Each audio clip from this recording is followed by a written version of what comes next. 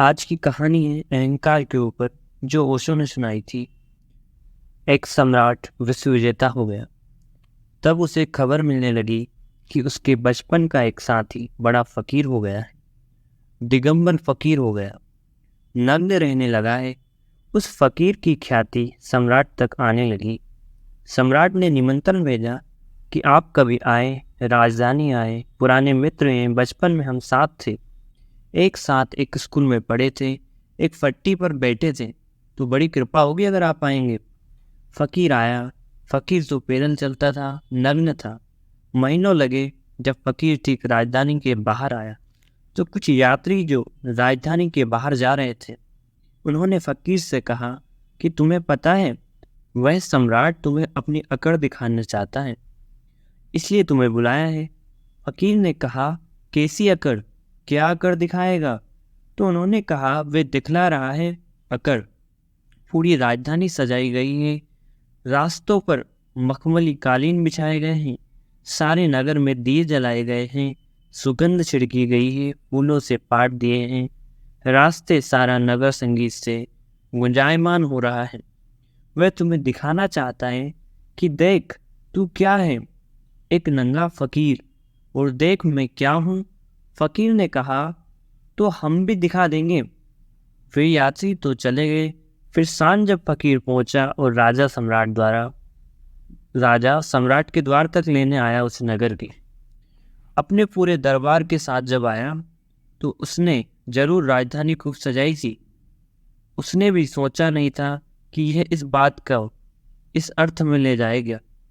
उसने तो यही सोचा था कि फकीर आता है, बचपन का साथी है, उसका जितना अच्छा स्वागत हो सके करें।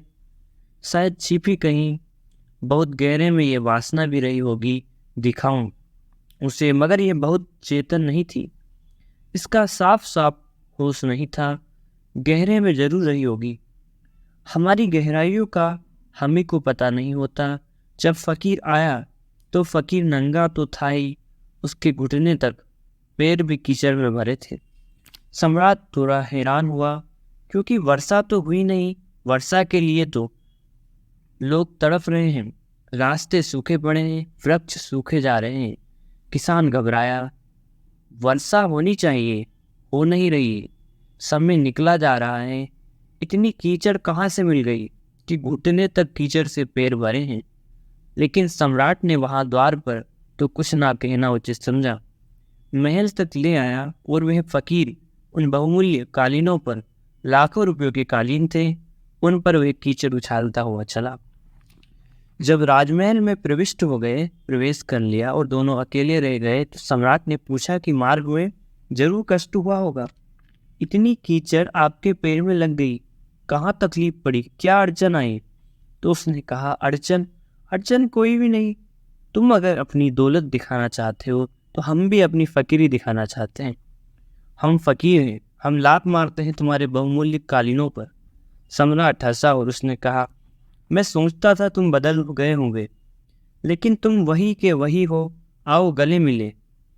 हम जब अलग हुए थे स्कूल से, तब से और अब में कोई फर्क नहीं पड़ा। हम एक ही साथ, हम एक जैसे।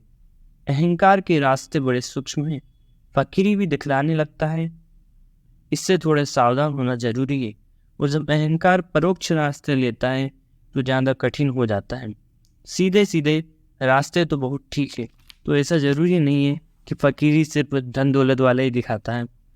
फकीरी एक गरीब भी दिखा सकता है। घमंड मतलब अहंकार की बात है, फकीरी से यहाँ पे मेरा मतलब अहंकार से है।